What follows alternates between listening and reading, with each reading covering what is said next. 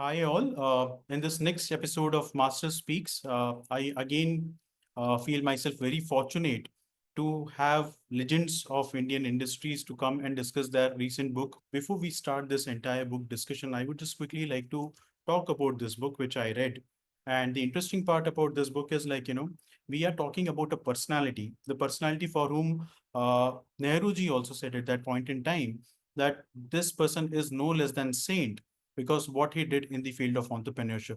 I'm talking about early 19th century, wherein Jamsetji in 1868 started the company Tata, wherein his contemporaries from the world were Swami Vivekanand, Mr. Ishwar Chand Vidyasagar. While they were doing quite a lot in the area of social, spiritual, one saint who came in and who tried to take India to the next level, taking entrepreneurship as a means, was Jamsetji Tata ji. We have wonderful people from who have worked with Tata, who understand this philosophy, and who have written wonderful book on Jamshedji are with us today to talk about their book. I am honored to have Mr. R.Gopalkrishnan and Mr. Harish Bhat on this call. And I would first request Gopal sir to please be kind to give a small introduction, brief introduction before we start the discussion on books, sir. Sure. Well, been around for a long time. I've had a business career in the commercial world for the last close to 60 years. I began my career after studying computer science as an engineer in Hindustan Lever, computer engineer, software engineer. And then I moved on to marketing and other things. I spent 31 years in Hindustan Lever as the vice chairman of the company. And then I moved on to Tata as a director of Tata Sons, where I spent another 18, 19 years very happily working with Ratan Tata and his group of colleagues, senior colleagues in the board. And when I retired from all these active and half active positions in the last 10 years, I started applying my mind and found myself completely intrigued about what is it that Jamsetji did or thought that made him create such a long lasting enterprise with a consistent philosophy. And when I started to read and think about it, uh, happily for me, several years later, Harish also retired, and we embarked on this project. And although this book has the picture of Jamsetji Tata, because he's the founder, it's not about him, it's not his life or biography. It is our perception with examples and stories of how he achieved this almost impossible thing, being the number one group in the India for the last 100 years, always being on the top and always being consistent with the few flaws that always human beings get. So it is my 20th book, but I'm very happy to co-author that with Harish. Thank you. Harish, sir, it will be a pleasure to know a bit more about you. If you can please briefly introduce about yourself, sir. Of course, I've been working with the Tata Group for 38 years now. I retired from my full-time role as brand custodian at Tata Sons about a year and a half back. I joined the Tatas in 1987 and have worked primarily in three large companies of the group. I have worked with Tata Tea, which is now called Tata Consumer Products, helping build some of their brands. And at a much later point, I was the managing director and CEO of the company. I have worked with Titan, where I was the chief operating officer of the jewelry business and also the chief operating officer of the watches business. And in my final extended role with the Tata Group, I was the brand custodian for the Tata brand at Tata Sons. Most of my career has been that of a marketer, but I have also pursued with passion the discipline and the joys of writing. So I've written several books until date, not as many as Mr. Gopalakrishnan, but writing is something that fascinates me. And I was delighted when Mr. Gopalakrishnan called me and asked me whether I would be interested in co-authoring this book with him. Jamsetji Tata is not just a larger than life figure in our lives or in my life. He is for all of us in the Tata Group, I think, the fountain of inspiration. This is where the philosophy of the Tata Group has emanated from. My last nearly 10 years were spent in Bombay House, the headquarters of the group. And every day when I went into Bombay House, The first thing I would see would be the bust of Jamsetji Tata, which stands in the foyer of Bombay House. And I would see how many people entering Bombay House actually say their prayers to him before they even go into their seats and commence their work. Wow.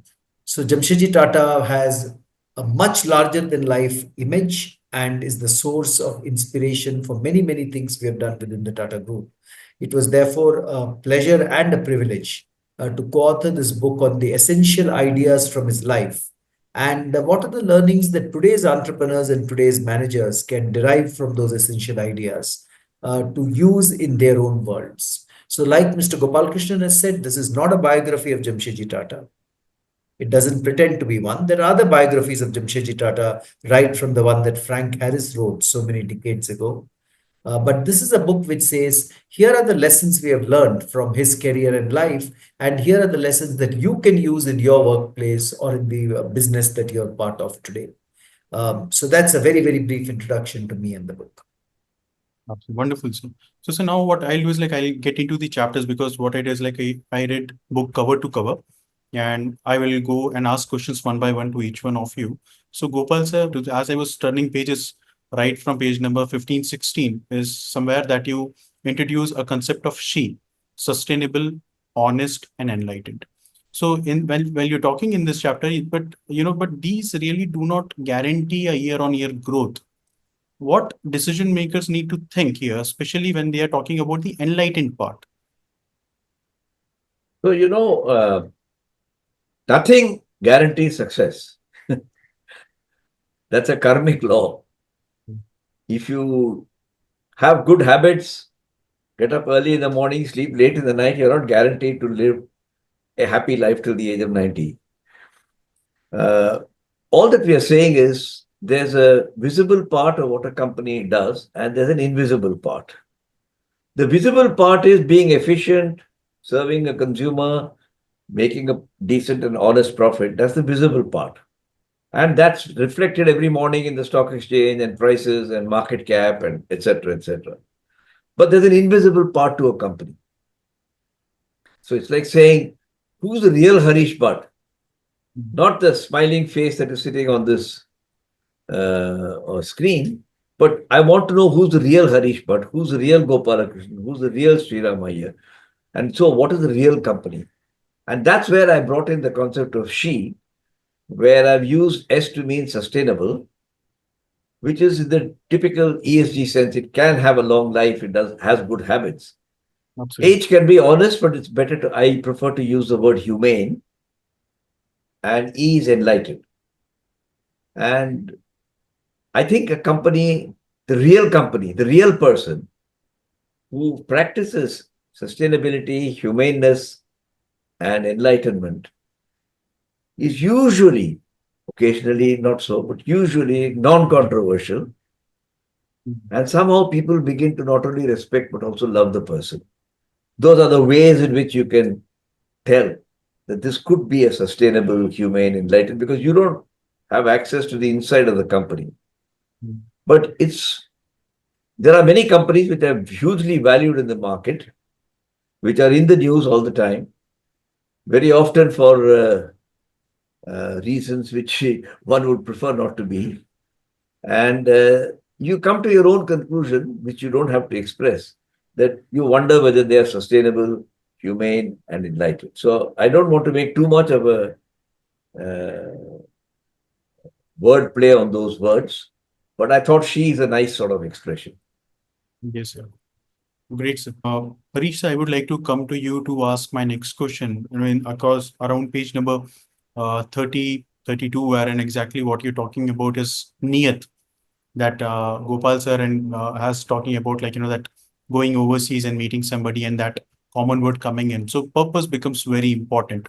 And wherein in this book, what we are talking, so from taking clue from there, especially when we are talking about startups and we ask startup that, what problem are you solving?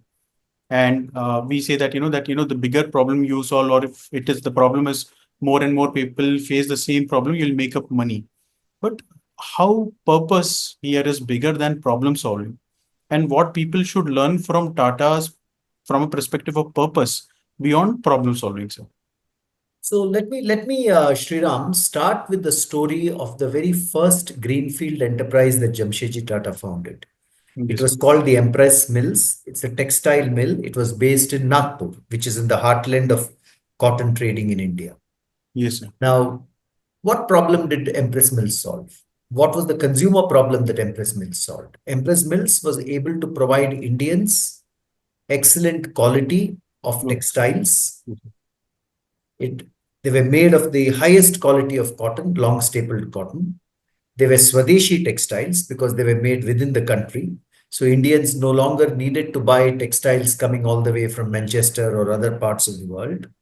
And this was a clear need which was there. And as a result, the Empress Mills became a very profitable enterprise. In fact, it was one of the most profitable enterprises of its era. It paid back its shareholders several times their share capital within a few years.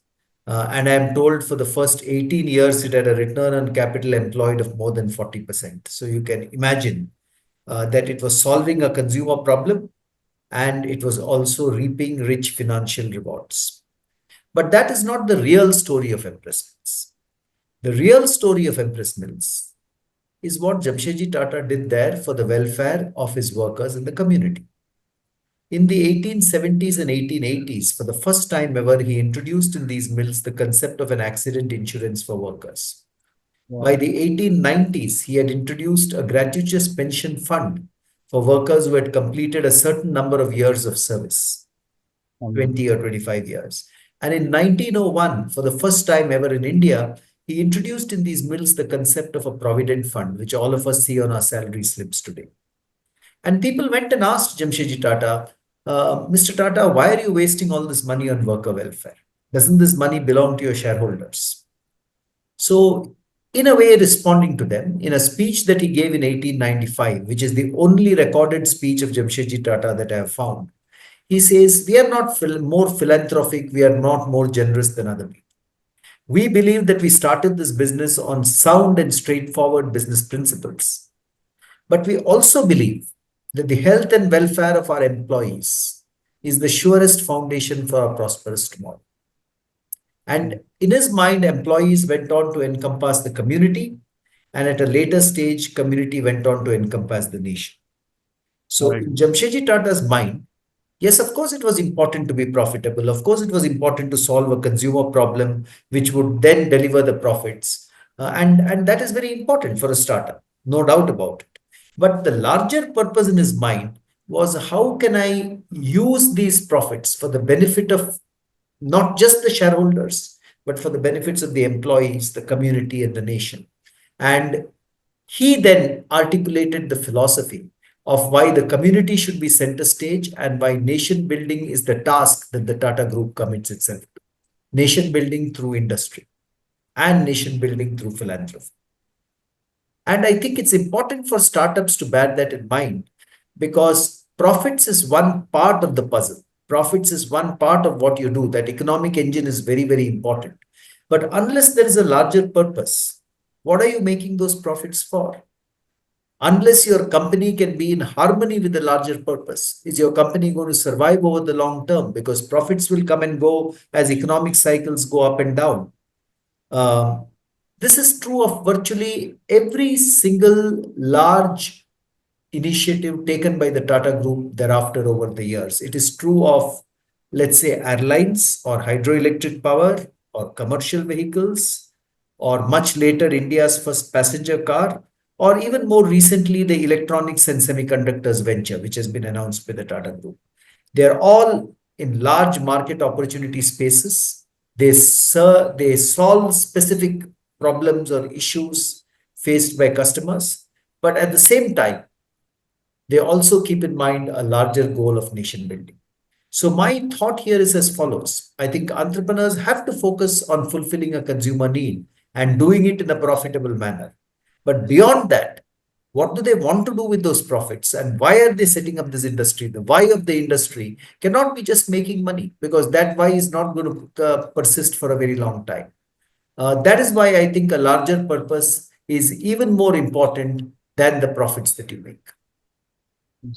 Amazing, sir. So I completely agree, sir. Coming on to the next chapter, which is about people. And sir, Harish, so my question is to you. So what kind of components are going into Tata's DNA, sir, that I would like to know that, even if we see the other competitors of Tata, it always has a lower attrition. And what are simple rules that corporates can learn from Tata and it won't cost them much so that, they can really learn some good practice from Tata's? So, Shriram, let me illustrate this through my own career. Okay. Yes. So, if you take me as an employee of the Tata Group, there has been zero attrition. I have stayed with the Tata Group from the time I joined from campus until the time I retired, and I continue to be a director of some Tata Group companies today. Now, why have I not left? Can give you some clues into why many of my colleagues also don't leave the Tata Group. And therefore, I'm just using my example to make a more general illustration. So first and foremost, I've stayed with the Tata Group through my entire career because the Tata Group has given me interesting work to do. I am a marketer, I build brands, and the Tata Group has given me a lot of interesting work in the sales and marketing area with tea, with coffee, with jewelry, with watches, eventually with the parent Tata brand. And that's been very, very interesting. In the interest of time, I won't go into all the work that I've done there. But equally importantly, if not even more importantly, I've always seen the Tata Group as a very caring employer. The Tata Group cares for its employees. I've had very tough bosses. Caring doesn't mean that, bosses are soft. My first boss, Mr. R.K. Krishna Kumar, was a tiger in his own right. He would throw me out of his office several times if the work that I did was not up to the mark. But he was also very caring and genuinely very caring when it came to taking care of a personal exigency, when it came to taking care of employees. And there are many, many cases where he has helped me personally and helped my colleagues as well. So the Tatas are by nature very caring. And I feel good about working in an employer who is very caring. So that is the second reason. Interesting work, being with a caring employer. The third reason I have stayed on, it's very fair. And apart from being fair, the Tata Group has a principled approach to doing its work. So in 38 years, not once has the Tata Group asked me to do anything which goes against my conscience. And that matters a lot in today's world. You're able to sleep well at night when you're working with a group which does not ask you to do anything wrong, either implicitly or explicitly. So that's the third reason that I have found that match of value systems. The fourth reason is, Shriram, every morning when I wake up, I know that the profits that I generate for Tanishq or for Titan or for Tata Tea, a good part of those profits go back to the Tata Charitable Trust through the dividends issued by Tata Sons, because Tata Sons is owned 66% by the Tata Charitable Trust. And as a result, the profits that I'm generating are eventually going to serve some segment of society. Some part of them may be going up to put up the next cancer hospital somewhere. Some part of them may be going to serve the water mission somewhere. But eventually, because we are owned by the Tata Trust in the Tata Group, it gives all of us a higher sense of purpose. So these are some very, very common sense reasons why I've remained with the Tata Group for this long a period of time. And you feel very proud to go out into society today and say, I work with the Tata Group. Because of all these reasons, there is a respect in the eyes of people when you say you're coming from the Tata Group. I So I agree. think this combination of reasons, Sriram, works for tens of thousands or lakhs of Tata Group employees across. And these reasons encompass not only the employee, but the employee's family as well. My Absolutely. family, for instance, is very happy that I have stayed and worked with the Tata Group for a long time. And I can say that this is true of many, many other families also. Um, so that is why it's a combination of all these reasons that attrition in the Tata Group, like you said, has always remained at a relatively low level. Wonderful, sir. And actually, these are very good reasons for, any company to, actually follow these similar kind of setups in their organization so that people feel that, they are attached to that brand and these. Yeah, see, they're very common sense reasons. But what I should say here is that a company needs to follow these over a long period of time. Employees need to see that companies are consistent in their practice of these principles. Yes, sir. It is that consistency which gives the employee comfort that he or she is working in a good place. And I think particularly for today's younger generation, call them Gen Z or Gen Alpha, younger generation, they are looking to work with good companies. I I know agree. this. My daughter's generation constantly evaluates companies not just based on the pay they give. Of course, the pay is important, not just based on the kind of work they do, but they also say this is a good company and this is not such a good company, and we would like to work for a good company. So I think it's very important for startups, founders, companies to bear this in mind for the future. Absolutely, sir. Absolutely, sir. I'll now go to Gopal, sir. So I would like to understand from a partnership perspective, from the chapter partnerships that you have written, that, in what ways did Jamsetji Tata ji had an ability to forge trust-based relationships and partnerships with government, global experts, who had some decent legacy, and also what can businesses today can build that kind of seeing him taking examples to create better partnerships, collaborations in this world, which is getting more and more competitive today. But if you're talking of trust-based relationships, Yes. although this song was not known when Jamsetji Tata was alive, Yes, sir. many, many decades after his death, there was a movie where they said, "Jo wada kiya to nibhana padega." I think it was there in my younger days, and perhaps you all have all heard it. I think it's from Mughal-e-Azam or Pakistan, I'm not sure, but it's from one of those. And that is the essence of trust. Jo wada kiya, wo nibhana padega. There are many examples, and I'll ask Harish to give the example of, say, Air India, where Jamsetji Tata had passed on and Dorabji Tata was the chairman. And how Air India came to exist, he will explain in a moment. But there was a person called Neville Vincent who felt that he had not getting his due share. There was some agreement, verbal, and JRD intervened and made sure that he got it. So that's an example of Jo Vada Kiya Nibhana Padega. And that story goes back to the 30s, 1930s.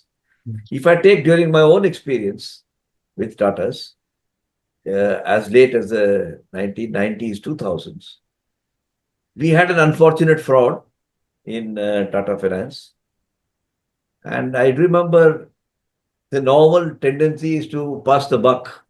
We're looking into the matter. We appointed a committee. And at a Tata Chemicals meeting, when people attacked for Tata Finance, it's a different company.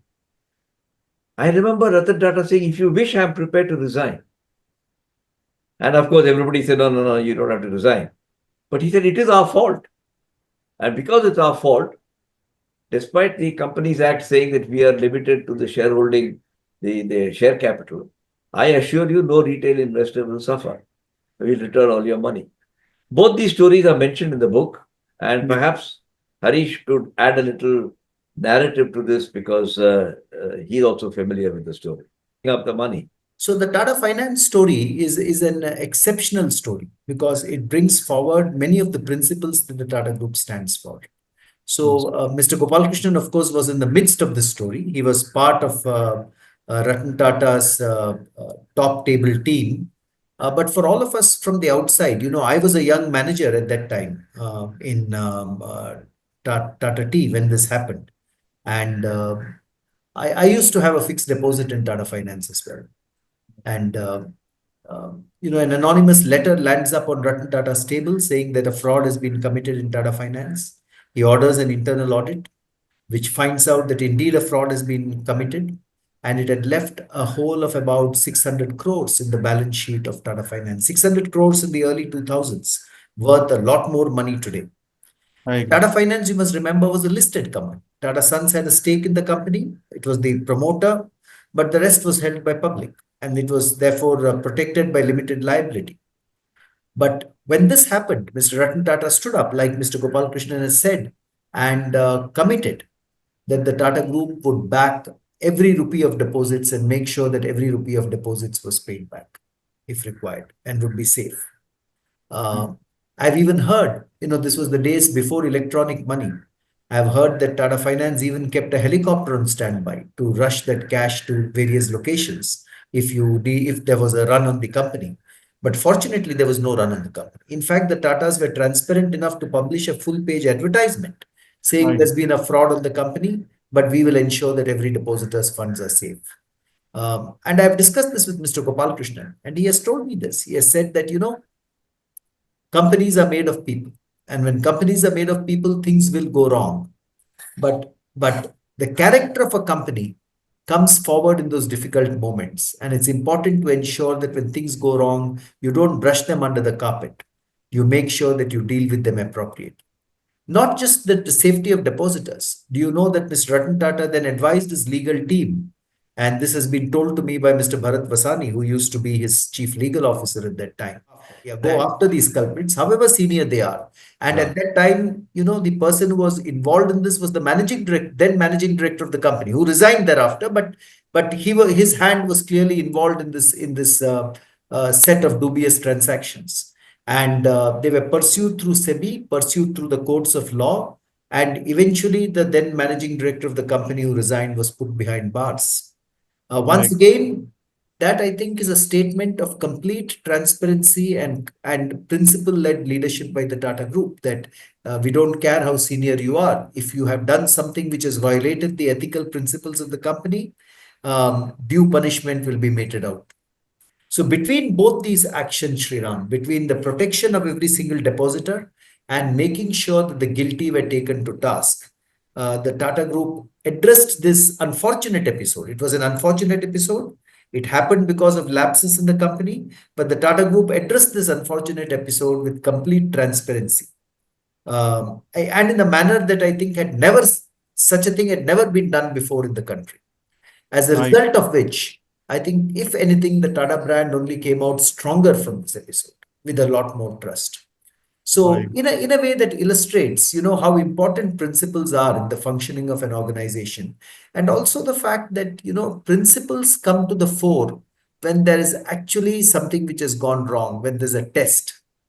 Principles don't necessarily come to the fore when everything is happening well. And Yep. Tata Finance episode is a story of that. There are many other stories that I can narrate. The story of Neville Wilson, the story of Cross Maffei, many other stories where principles are involved. But let me stop Including here Harish, with if this I one may story. suggest the Yeah. story of the diamond, the Jubilee diamond. Yes, that is also an excellent story, Sriram. So Right. it's good Mr. Gopalkrishnan has reminded me of that now. In the 1920s, Sriram, Tata Steel, which was then the flagship company of the Tata Group, huge Yes, sir. investments. The Tatas had taken a lot of risk. Jamsetji Tata had inspired the creation of this company.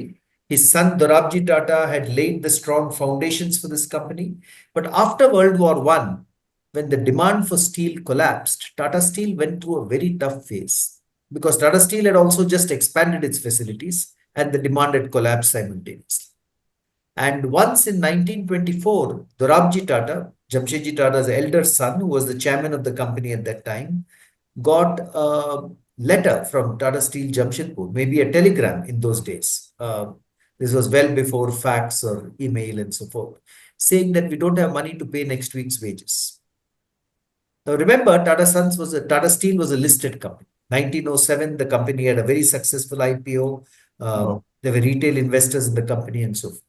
So what does Dorabji Tata do when he gets this telegram? That Tata Steel is on the verge of closure. It could have impacted hundreds or thousands of jobs. What he does is he goes home, perhaps has a discussion on this with his wife, Meherbai Tata, and then decides that he will pledge his entire personal wealth, Mm. which at that time in the 1920s was about 1 crore of rupees, Wow. and which included the Jubilee diamond, which was twice the size of the Kohinoor diamond. That was also part of their family wealth. He Amazing. decided that he would pledge his wife and he would pledge their entire family wealth to raise a loan for Tata Steel. And he pledged his entire personal wealth to the Imperial Bank of India, which is today the State Bank of India, and Wow. raised 1 crore as a loan, which he used to keep Tata Steel running. And of course, after a few years, Tata Steel came out of that difficult situation, and Dorabji Tata recovered the money that he had pledged, or redeemed his pledge, so to speak. But that was a fascinating episode for me because Here was a man pledging his entire personal wealth to save jobs. Not a single job in Tata Steel came under the axe at that point in time. And what Dorabji Tata did permitted the company to grow from strength to strength.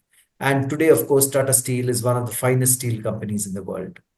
Many people don't know this story, but if you go to Jamshedpur, Shriram, at the Yes, sir. Dorabji Tata Park in Jamshedpur, Tata Steel have actually created a replica of the Jubilee diamond using steel, a huge, larger than life replica, Amazing. to pay homage to Dorabji Tata and Meherbai Tata for this exemplary act of generosity, which actually saved the company. Yes. That is, a very high standard of principles. I Uh, completely. and I can go on and on. There are many stories. This book contains many stories of principles and how principles have been adhered to. I'm not for once claiming that the Tata Group is 100% perfect. Please don't mistake me on. I don't think any company, any individual should be put on a pedestal. But all I am saying is that the Tata Group has largely adhered to the principles of doing business in an ethical way and ensuring that it keeps the community first, uh, the nation first in anything that it does. So both these stories, the story of Tata Finance is from 2000, the story of the Jubilee Diamond and saving Tata Steel is from 1920s. They're about 80 years apart. The story of Neville Vincent is from the 1930s. Story of Cross Maffei is from the 1940s and 1950s. So you will see the same thread running through the history of the Tata. Absolutely, Mitz. I would really say that, while I was reading this book, and every chapter has three beautiful stories taken from three different generations. And I really see when you were talking about even the diamond, I was really seeing that what kind of hardship Mr. Dorabji went through with even with his personal crisis being mentioned in the book, which happened later on. But nothing stopping them to really work for the country through means of good entrepreneurship. That's really is something like, I worked in Tata Group before in TCS, but the kind of legend Dorabji Tata was or Sumant Malgaonkar were kind of while building, and I guess everybody should read this book because kind of stories that comes out by every chapter is phenomenal. And I think even more important, Sriram, because for some reason, a lot of MBA courses in India have case studies from the Western world. I agree. And you get to know very early in your journey what happened at General Motors, what happened at Ford, what happened with the carpetbagger barons of the US, what happened with Rockefeller or Toyota. These are all case studies which all of us learn. But I would contend that there are equal or more such powerful case studies sitting in India. Absolutely. People like Jamsetji Tata, Dorabji Tata, J.R.D. Tata, Sumant Mulgaonkar, Nani Palkiwala, Darbari Seth, Ratan Tata, each of their careers and each of their lives is a case study unto themselves. And I'm not saying it's only within the Tata Group. There are I think legends in other Indian companies as well. But I think Absolutely. learning from our own Indian legends is important because they also learned how to deal with India as a country.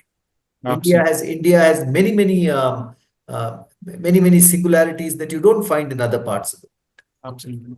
So I was actually why so I'll tell the audience also the first thing which came into my mind was like, why two legends like you and Gopal sir have chosen this as a subject. And that is where, before even reading this book, I read a book on Jamsetji Tata ji about his biography.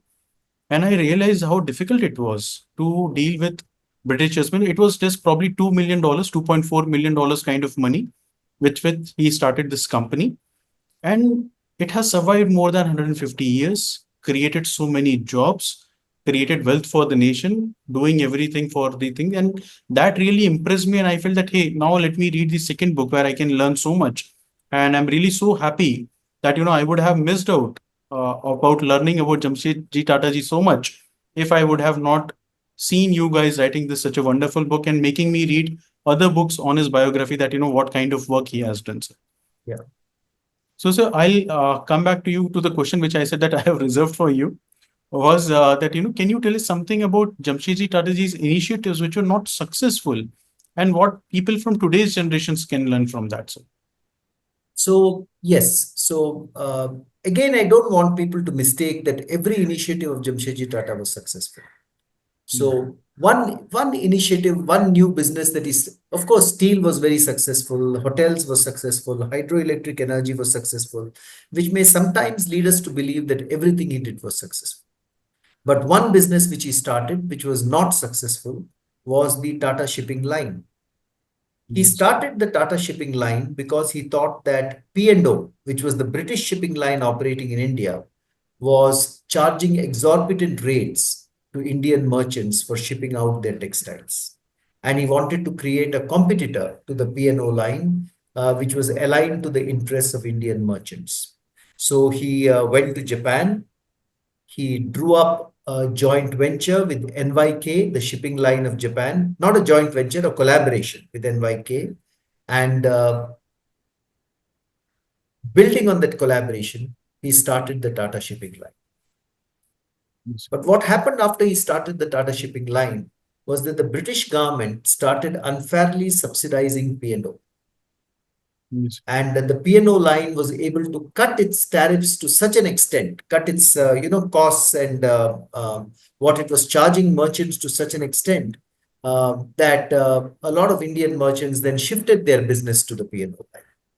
And as a result, Jamsetji Tata's Tata Shipping line started bleeding. And he tried his best to keep it alive for a certain period of time.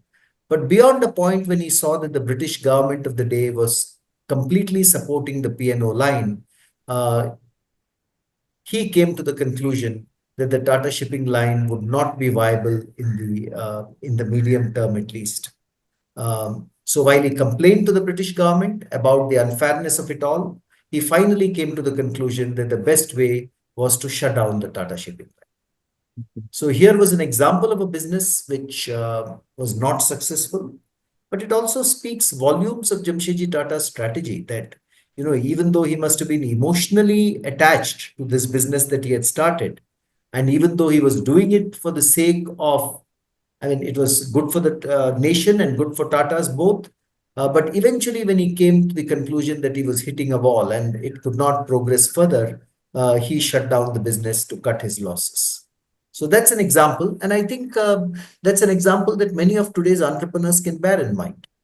If you are in the midst of a business which is not seeing the light of the day and which is running into some insurmountable blocks or which is running into some insurmountable hurdles, um, which you believe cannot be removed in the medium term, then you may need to reevaluate other options for the business. That's I think, what any sound strategy will require of an entrepreneur or a businessman. Never to get emotionally so attached to a business that you refuse to see, uh, what is in front of you. Absolutely. Absolutely. Uh, Another business that Jamsetji Tata started with very good intent was the Tata Silk Farm in Bangalore. Yes, sir. And that was started with the intent to provide employment to the locals in the making of silk, because silk has always been made in the area around Mysore. But Yes. the industry had to be rejuvenated, and Jamsetji Tata thought that he would rejuvenate the silk industry using the Tata Silk Farm. Yes, sir. It did very well, and the silk from the Tata Silk Farm was highly appreciated. In fact, some of the early interns from the Tata Silk Farm went on to play very prominent roles in the Central Silk Board, which was established in Bangalore. Mm. But by the time his next generation took over, large businesses like steel and hydroelectric energy were calling out for a lot of attention. Therefore, the Tata Silk Farm was transferred by Dorabji Tata to the Salvation Army, which thereafter ran it for a few years and eventually it got closed down. So Yes. again, if you look at it from a long-term historical point of view, the Tata Silk Farm perhaps did not achieve the fundamental purpose for why it was set up, while it was set up with very good intent. So, while on one hand, you have very, very successful businesses and institutions that Jamsetji Tata set up, Tata Steel, Tata Power, the Taj, which is now the Indian Hotels Company, the Indian Institute of Science, which is still rated India's #1 science university. There are a number of very successful businesses, but there are also businesses which did not succeed in the long term. And despite these businesses not succeeding, Jamsetji Tata never stopped once pursuing his dreams. He kept dreaming until his last day. So the other lesson really for entrepreneurs is don't let one failure get to you.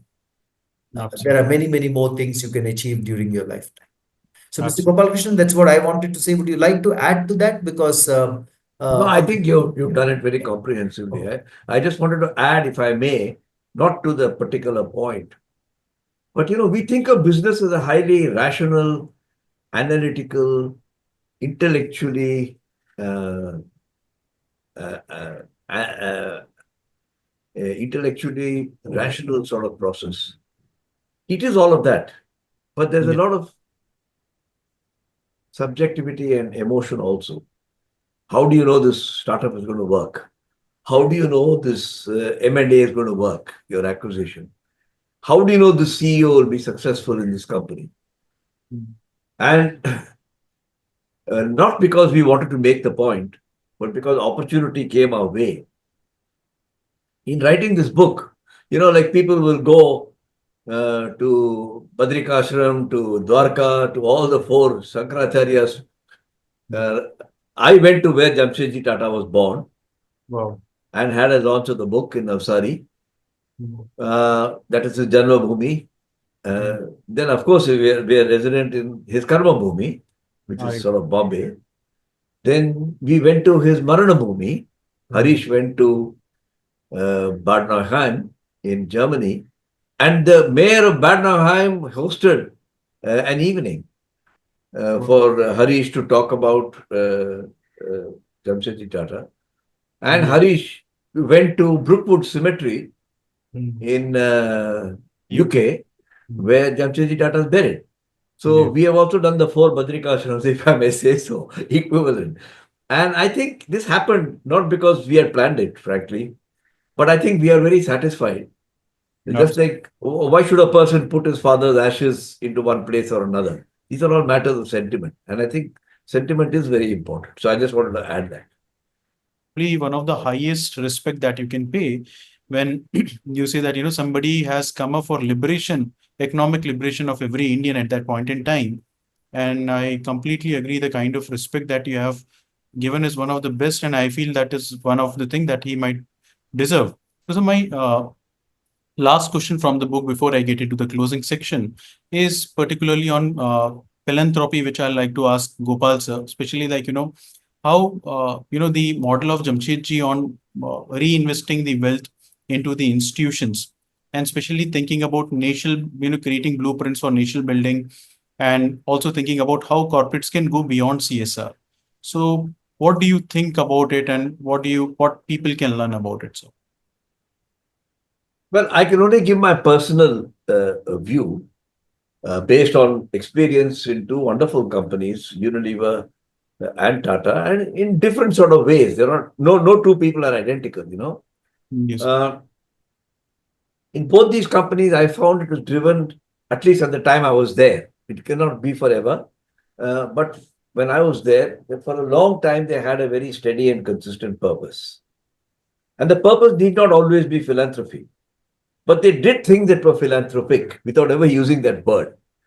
And I think it's a question of uh, asking yourself, why am I doing this business? As Harish said earlier in this podcast. And Jamsetji Tata came to the view that I earned the money from the people. In some way, this money must go back to them. And purely at a personal level, when I joined Tata's 25 years ago, I found it very appealing. What does a parent do for his children? Does he say that my salary is 10,000 rupees or 100,000 rupees and this is for me? No, he doesn't even think about it, right? You have to Mm. spend all the 100,000 rupees on some medical treatment for your family or to buy crutches for some elderly person in the family. It just happens because you realize that you are an instrument through which the family has to be advanced. And while there are exceptions, we are discussing human instinct now. Every parent wants his or her child to have a somewhat better life than he or she had. Not because he's unhappy with what he had, but because advancement comes out of. So my father's generation was different from mine, and my children's generation different from. So it's not that we all had a bad life, but you're just moving on. Absolutely. And Jamsetji Tata's sense of philanthropy came out of saying, how am I leaving the world a little better? Mm.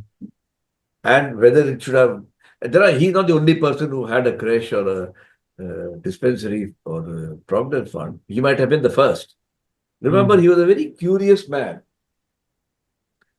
From the records of his travels, and in those days they didn't travel by Boeing or Elon Musk's rockets, they traveled by ship.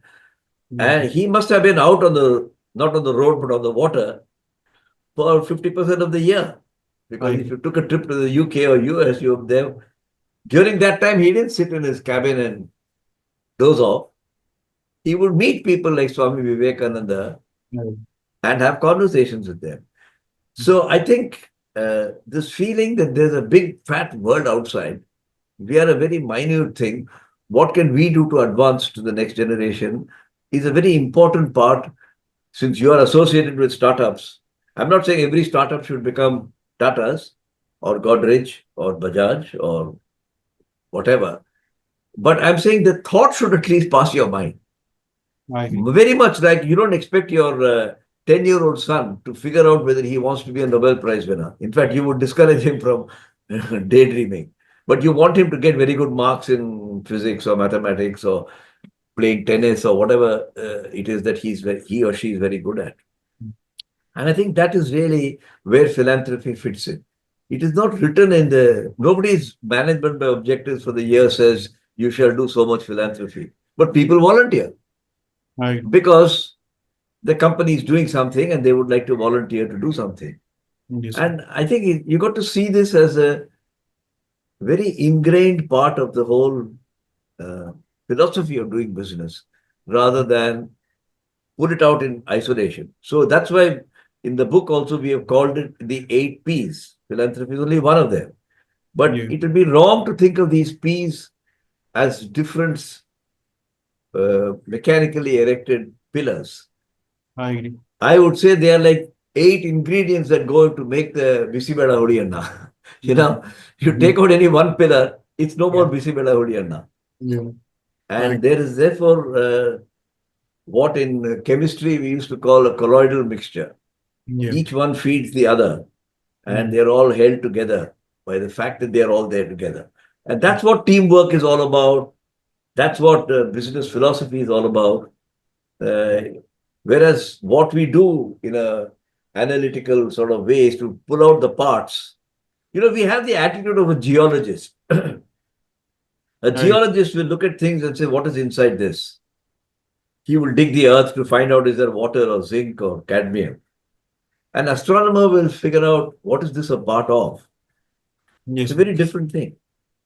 And Tata's train people to be astronomers. Mm. Tata inspire people. I don't think they train them. What I am I a part of and why am I here? Okay, that's what I wanted to say. Yes, sir. So, sir, Harish, sir, this is the concluding question which I would like to ask you, and then I go to another to Gopal, sir, to end this session today. So, the question that I want to know is like, currently given that in this digital world, we are talking about digital audiences, we are talking about the power of storytelling. So, how would Jamsetji Tata would tell Tata story in today's world? That's an interesting question. How would Jamsetji Tata tell the story of the Tata Group in today's world? So, Mm. firstly, I want you to know, Jamsetji Tata was a man of action. I have not come across many recorded speeches of Jamsetji Tata. I told you I have come across just one in 1895.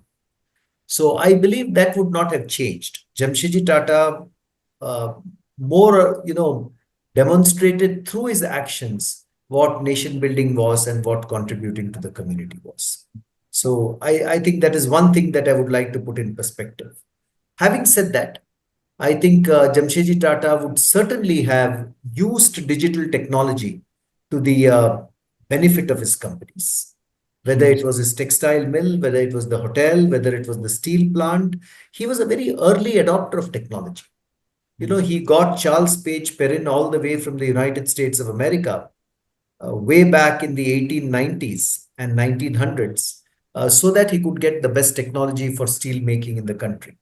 Mr. Gopalakrishnan earlier spoke about the ring spindles that he used in the Empress Mills to double the productivity of the textile plant there. If you look at the Taj Hotel, he got the best of technology, lifts from Germany, spun iron pillars from Paris, ice making factory from somewhere else in Europe. He got the best of technologies for a five-star luxury hotel. So what Jamsetji Tata would have definitely done is he would have, I think, understood what the power of digital is. He would have figured out where digital technology could be used for the benefit of the businesses as well as for the benefit of the community. And he would have begun using digital technology very actively to serve the businesses and to serve the people working in those businesses and to serve the community at large. I would perhaps invite you. A very good discussion in the book is a chapter on perspectives, where you see Jamsetji Tata in a discussion with three later chairmen of the group, Yes. Dorabji Tata and Nauroji Saklatwala and JRD Tata and JRD Tata. I think that's an interesting conversation to have. You could take that conversation forward into digital, um, and I have no doubt in my mind that Jamsetji Tata, because of his innate curiosity, because he wanted the latest in technology, he would have himself have been a master of digital technology. I would say that by now he would have been very skilled in the use of Gen AI and how Gen AI could be used for all his businesses. He was that kind of a person. That's what comes through every time you read his life story. Yes, sir. Absolutely, sir. No, sir, absolutely. Means, the kind of effort that has gone into the book and the kind of personality which has come out in this book is phenomenal for everybody to read. Yeah. Gopal, sir, I have my last question for you. That is like, sir, so I, on and off, I would have met you. Means it's like, almost like 16 years that I know on and off I have met you. Was in TCS, in entrepreneurship and so on.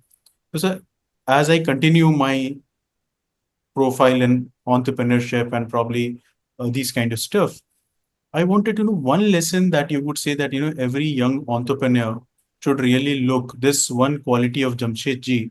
I want that every young entrepreneur should have. It's only one lesson I would venture to say it should be Dirgha Ayush, Yes, long life. Treat your company, your startups, and you're associated with startups, treat it like the child born in your family. Have you ever met a parent who says, I want my son at the age of 10 to be 100 kilos in weight? no, sir. And, Mm. look huge. I don't think I've seen, I shouldn't say I don't think, we never meet such a parent. You want every parent to say, I must grow this child in such a way that mentally and psychologically and physically, this child can be a great contributor to society. And each parent does a different level of efficiency of that exercise. Yes. If Dirgha Ayush, what do you say when you go and meet your sister who's just had a baby? Ayush Bhava, Ayushman Bhava. If you Absolutely. can do that to your startups, Yeah. I don't want to complain about startups because there are startups and startups. But this fascination with valuation and becoming a unicorn is a very American thing.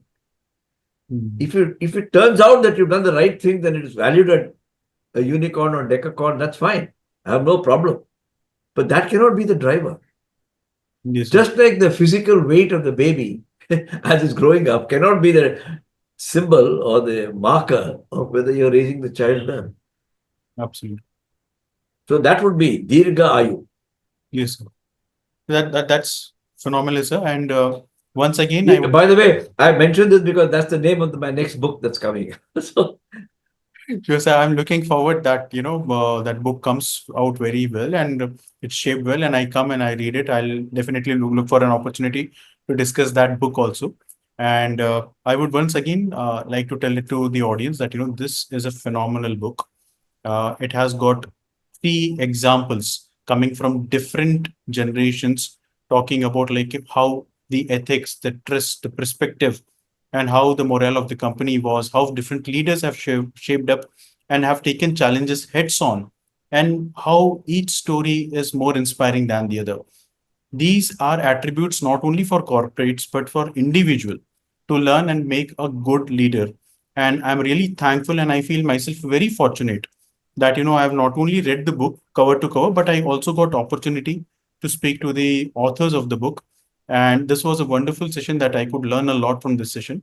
And I would request each one of you to go for this book, grab your copies, and enjoy the real lesson of leadership. Thank you, sir. It was pleasure talking to both of you, and I'm really honored that, and I'm really thankful from bottom of my heart that you could take out time out of your busy schedules to discuss this book, sir. Thank you. Very great pleasure to be here. Thank you, Shreeram. It's a pleasure and privilege to be on your platform talking about this book. Thank you very much. Thank you, sir.